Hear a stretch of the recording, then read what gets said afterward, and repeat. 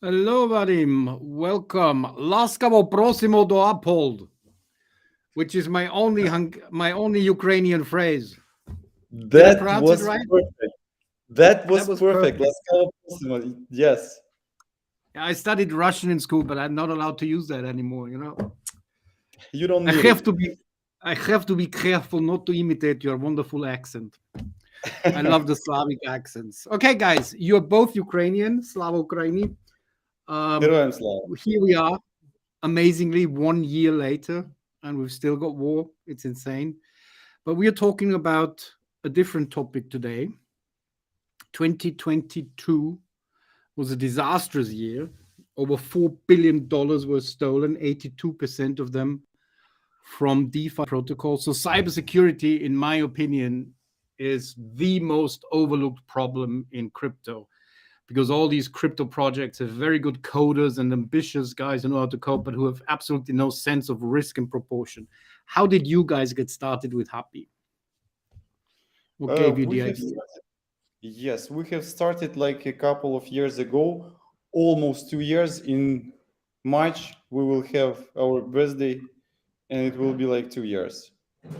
The idea was from our mentor, and the main guy in the HAPI team is like by Don Amara. He's like anonymous hacker, and that was totally his idea. We have started with the idea to merge all of the exchange platforms and all of the DeFi protocols into one like space, and to provide them the possibility to, via connecting by the wallet or something like this, to provide them possibility to send the alerts regarding the hack or something like this to another's, and compare and match them together, and in order to block funds and so on and so forth. But it was like the first idea, and after this idea we become we have to like think. We had a lot of different minds, and for now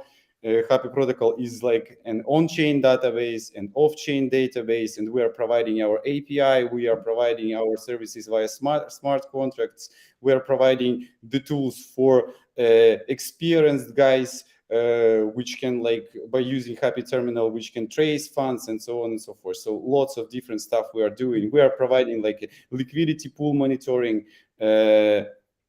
alert system, different tools. Uh, Obviously, I've heard through the grapevine that you're already talking to our team, as you should.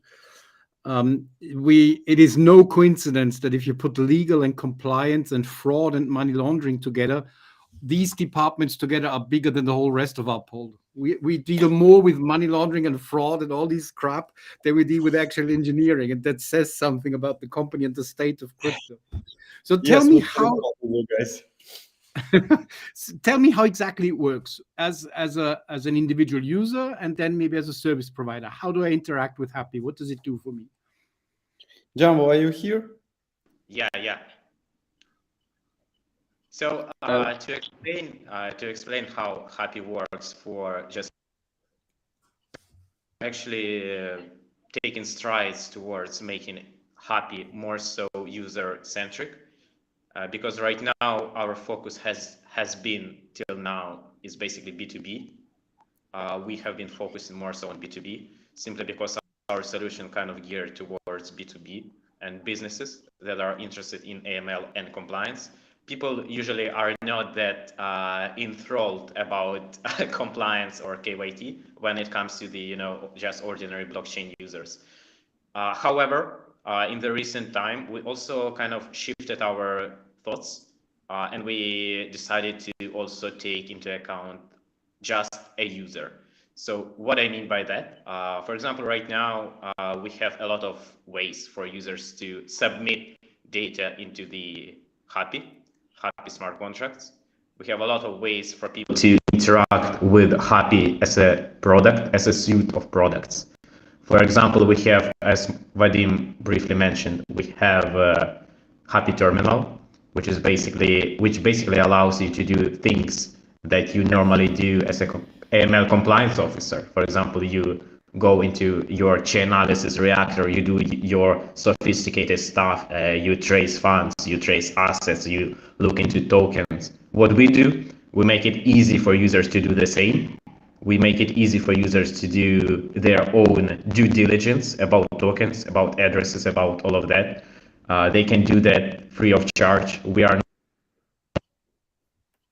so they can vet addresses, they can look into token smart contracts in a way that is understandable, and they actually can have an idea what they interact with at the very moment. So that's definitely what we have been doing in the recent time. So you're not yourself doing, for example, the smart contract audit? For now, no. We are not doing smart contract audits. There are a couple of things that we are planning to do with smart contract audits. Avenue that lots of ideas in this case.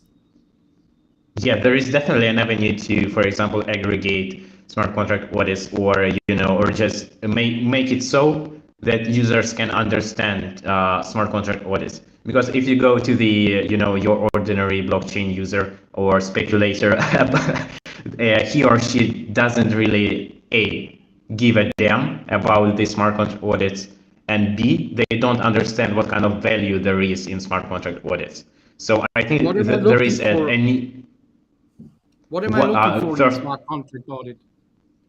First,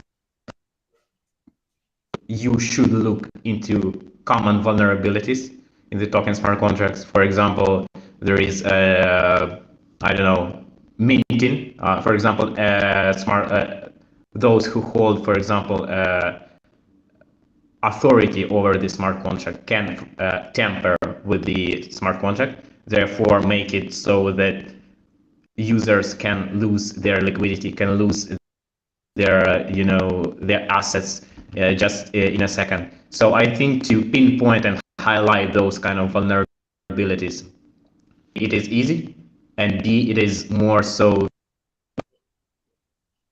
centric, and users will understand without going more into the details of what kind of what smart contract is, what audits are, if you give users those kind of highlights. I'd like to mention a bit. I think everyone has like a shitty tokens on their MetaMask, for example, or another wallet, and they just do not know what is it, what is the airdrop, and how can they interact with these tokens, how can they sell these tokens. They are going to, for example, any DEX and trying to sell it, but the problem is when they are trying to interact with these tokens, they have like a high commission or something like this. This vulnerability of smart contract we are trying to screen as well.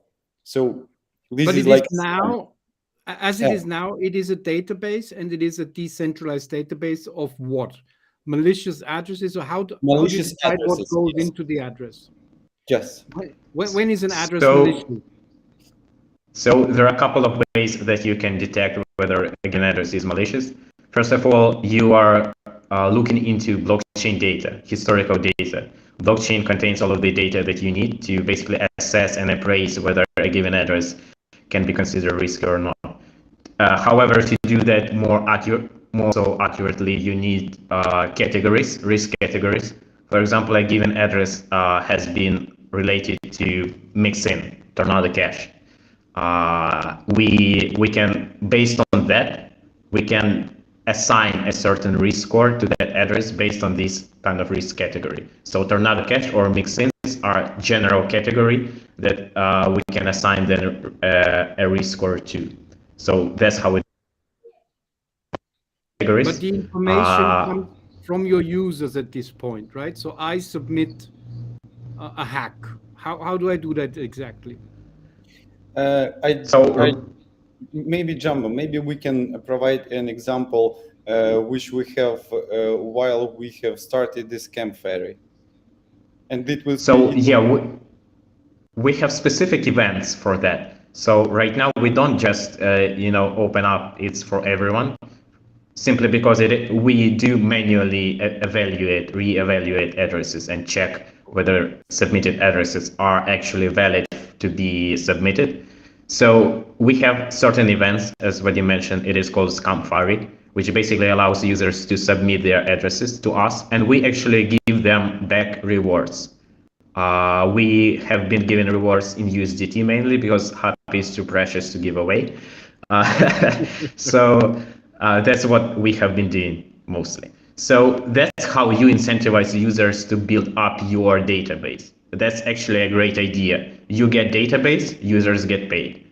So that kind of system, to our mind, has a future and has a promising quality to it. I think there is a future to that, especially in the cybersecurity space. Absolutely, because you're in a way, of course, crowdsourcing here. You're getting your information not just from official channels, and that must be from our side. I think this future will be delivered in a couple of months, and HAPI will provide this future. Love to hear that, and love to reiterate that Uphold is the first multi-asset platform to ever list HAPI. So we're global first mover advantage here, simply because I'm so insanely annoyed and upset with the whole cybersecurity issue. How does it affect privacy? The biggest problem that we have, apart from security, is privacy on blockchain. I mean, if you really look into CK proofs and CK snarks, they're all crap. They ultimately keep the data flow between the user and the blockchain private, but the data on the chain is never private with any of these. Are you limited to the Ethereum system, or are you expanding to every possible blockchain, or how do you see the scope of HAPI? And how fast is it growing, if it is already? So we have grown quite significantly, especially the last year in 2022. We have expanded to BNB chain, we have expanded to Polygon, Solana, Near, Aurora, we have expanded to Optimism and soon Arbitrum. We also only recently integrated Kronos. We actually had a lot of positive feedback from Kronos Labs, which is crypto.com if you don't know, basically the same teams. So there is definitely a lot of potential to gain there, both for the cybersecurity and for the awareness. And also, you mentioned about the security and the privacy issues. So I think it is great to stress the fact that, for example, HAPI does not infringe on the privacy to the same extent as, for example, KYC does. You need to upload your IDs, you need to upload those and that. In our case, we are doing we are taking an approach, KYT approach, which is basically know your transaction, which means that we assess and appraise transactions and not individuals behind those transactions. So we look exclusively into transactions and into blockchain data. We don't try to, blame or put any kind of restrictions on a user, but on the addresses. That's also not your job. If you are working with a platform of Uphold, that's our job. Our AML department, our fraud department, exactly, ring the alarm, right? You're the tool that we would be using for that. The anonymization is up to the centralized exchange or any else which is doing KYC. Yeah. Whoever does that. Where do you see the whole crypto space going? We've had FTX, we've had a centralized exchange collapse. Then for a brief moment, the crypto Twitter was full of not your keys, not your coins, and all this crap. Cumulatively, far more money has been lost in DeFi than in any other part of the crypto universe because people just do stupid things.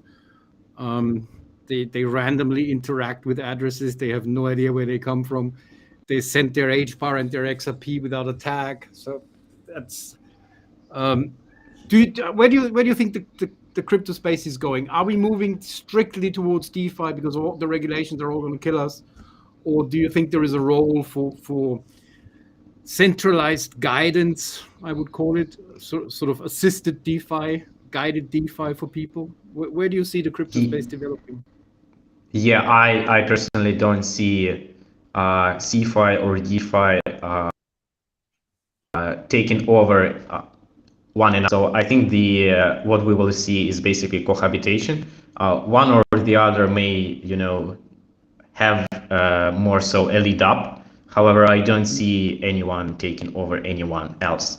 So I can also say about the security and cybersecurity, and I think in 2023 we will see more so attention drawn towards cybersec, simply because there are a lot more people in crypto right now than it was, for example, even in 2017 or 2018. So what we will see is that more and more people will go to the websites they shouldn't, interact with addresses they shouldn't, interact with tokens they shouldn't, and they will fall prey to those kind of schemes. They will fall prey to the Ponzi schemes and all of that stuff. So what we can do as a unit, as a crypto enthusiast as we are, we can try to shield those new players, newbies. Basically, we can help them to navigate crypto world. We can help them navigate blockchain space. For example, phishing websites. We can actually effectively help users to be warded from those kind of websites. HAPI actually can help with that also.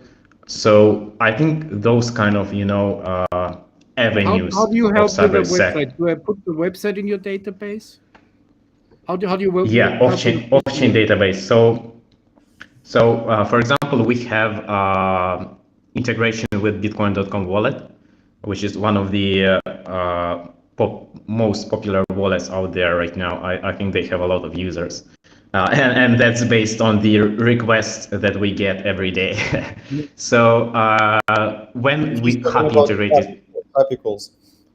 yeah, API calls. So when we are integrating into the wallet, that wallet uses our API. So for example, when a user tries to connect his or hers wallet to the phishing website, he or she will basically see a notification saying that you better don't interact with that website. So that's a great thing, simply because, again, we are not trying to, just ram our opinion into the user. Instead, we are notifying him or her, just be careful. There is a potentially risk here. So that's also something that we do. What's your biggest security weakness in the whole blockchain space? What do you think is the worst offender, the weakest link in this whole blockchain value chain? I'm referring to it more technically. For example, is it, in my considered opinion, bridges, cross-chain bridges can never be safe in any way? Where do you see the biggest problem for cybersecurity? Is it people? Is it malicious actors? Or is it bad technology that's just incomplete and not up to the task? And how do you think if we now moving into this era of institutional adoptions, what can you do for the institutions of this world to keep them safe?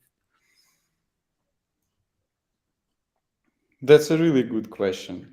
On my opinion, people, first of all, because of the rug pulls and so on and so forth. And this is the main thing, because in this case, you are like losing money, like a similar user losing his money firstly, and then he will never come back to this like new crypto world for him.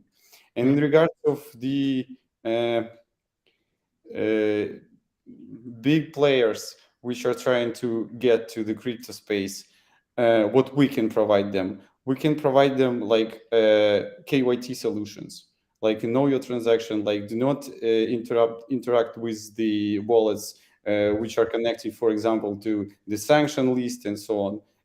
By the way, we have in our database one of the biggest database of the sanction wallets, because of the scam ferry, because of the war in Ukraine, and so on and so forth. I was going to get to that. The two strongest countries in cybersecurity in the world are Ukraine and Taiwan. They have the best cybersecurity companies because they get hacked the most, like on a daily basis. I used to live in Taiwan, and I remember them reporting like 6,000 hacking attempts every day on government sites. I mean, it makes sense, you know. For example, Taiwan is neighboring China, and Ukraine is neighboring Russia. So you know they're battle hardened in cybersecurity. How it might be a stupid question, but obviously you are in Ukraine. How was the war on the internet? How was it in terms of cybersecurity? I mean, we've all seen the pictures of the actual war, but how was it for you as insiders in the space? Lots of the governance side attacks. But in our case, we have started the war as well, and we have created the scam ferry on which the users submitted the addresses which connected to the like financial terrorism, finance, and they are submitted the addresses with the proofs. We have validated these addresses and provide these addresses to the cyber police, and the cyber police in their case sending the inquiries to the centralized exchanges, and they are blocking funds. And one of the cases was like they have blocked really good amount of one of the propagandists, and as far as I know, they have sent this amount. They have sent this amount to the Ukrainian volunteering organization. Wonderful. Yeah. There are a couple of blockchain projects that are growing through, unfortunately, through the war. I remember talking to a numbers protocol that is, you have an app on your phone that takes a picture that makes a blockchain entry of the picture with the exact date and time and everything. And that is being used to identify pictures from war zones, if they're actually there where they claim to be, right? So there's so much blockchain technology that goes into that. What's on your cards for 2023? What's on your roadmap? What are the next milestones we need to know about HAPI? Exactly, we will expand the number of the blockchains we are supported, and I think we will cover all of the EVM compatible chains. This is first of all in my mind. The thing which we will do in a couple of months is, I think in 4, maybe 5, we are creating the new platform for the users, which will have the possibility to submit the address with the evidences, and we will we will validate it. Yeah, there will be lots of different interesting stuff in this platform, but we cannot speak about it now. We can say that it will have kind of tiers for users. So, for example, more experienced users will have higher tiers, which means they can validate data of those lower tiers. So each tier will mean that you will be getting more rewards. You will also be getting rewards for validating other data of the other players. So it will be kind of like a circulatory economy in a way, so that anyone will be rewarded for their efforts and for their input. So we are definitely looking forward to present that. And I think that will also unveil one of the main kind of utility of HAPI tokens for users and not for businesses. Wonderful. And how will you grow? Will you have more and more validators, or how will the network expand in the next year? We will have a thing called vNodes. So it's virtual nodes which people can stake with, and they can help us to keep up the network. So right now we are keeping it up basically by ourselves, especially the on-chain database. Yeah, and it is quite costly, especially with considering the fact that it is basically the project itself is not the protocol, the on-chain stuff is not generating any revenue. The only thing that generates revenue right now is our investigations, private investigations, and so on. So that would be definitely great to see in the very near future. Wonderful. No wonder everyone's excited about this. What's your biggest hope for 2023? Apart from the war being over? bull market. The war is over. It is over? Is that No, decided? the It's war not. It is. will be over in 2023, and this is like the biggest hope.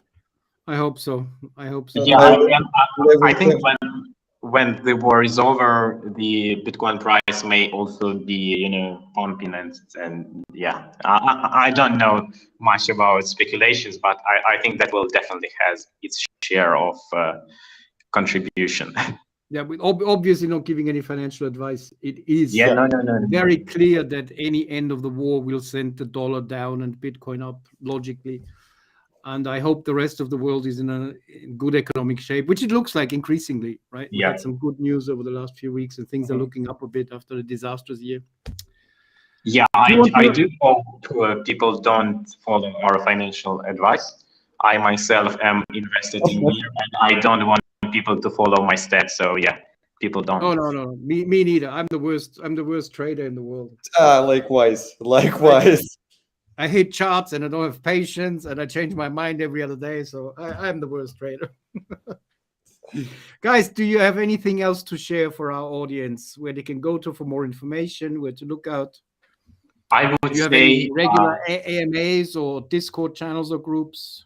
I would say they need to go to our Twitter account first and foremost. We share the majority of our news there, and I think especially in the coming weeks we will have a lot more user kind of oriented stuff. So I think a lot of people will enjoy not only the rewards but also the being a contributor to the cybersecurity space, direct contributor. So I think people definitely should follow our Twitter. They should also read more about HAPI because my broken English might not convey the reality of what HAPI is. So no. Your camera off and your broken English makes you the OG hacker expert here. Yeah, we have to keep your camera off for security reasons, obviously. Definitely not technical. No. That's security. Yeah. So yeah, definitely follow us on Twitter. Go to our HAPI.1 website, which is really easy to remember, and go to our Telegram, and we will say and wish you a great day there. So yeah, that's basically it. I'd add that we have a couple of really good articles regarding the 3 Commas hack or a Sandex hack on our Medium as well, so it's worth to read. And CoinDesk article also we shared. Article. We'll collect that a bit for our marketing team too. 2 last questions. We've got 1 minute left. Why is it called HAPI? Why is it yellow? And what the fuck is the thing on the logo? That were 3 questions. Sorry. On the logo is unicorn in the mask of the Guy Fawkes. You can show off your hoodie, by the way. Yes, here it is. It's a bit scuffed, but The unicorn being you, the anonymous being a reference to hacking and cybersecurity. Yes. Then why is it called HAPI? Does it stand for something like heuristic anti hacker API? Yeah. The hacker API. Yes. So we should call it HAPI, not HAPI. Yes. But we're calling it HAPI because HAPI. Okay, gotta change the name though. Thank you guys so much. Thank you for joining me. Very much looking forward. Keep us updated on your work with the team and any big announcements. I'll follow you on Twitter. Good luck with 2023. All the best. Thank Stay you. strong. Very nice. Bye, guys. Bye.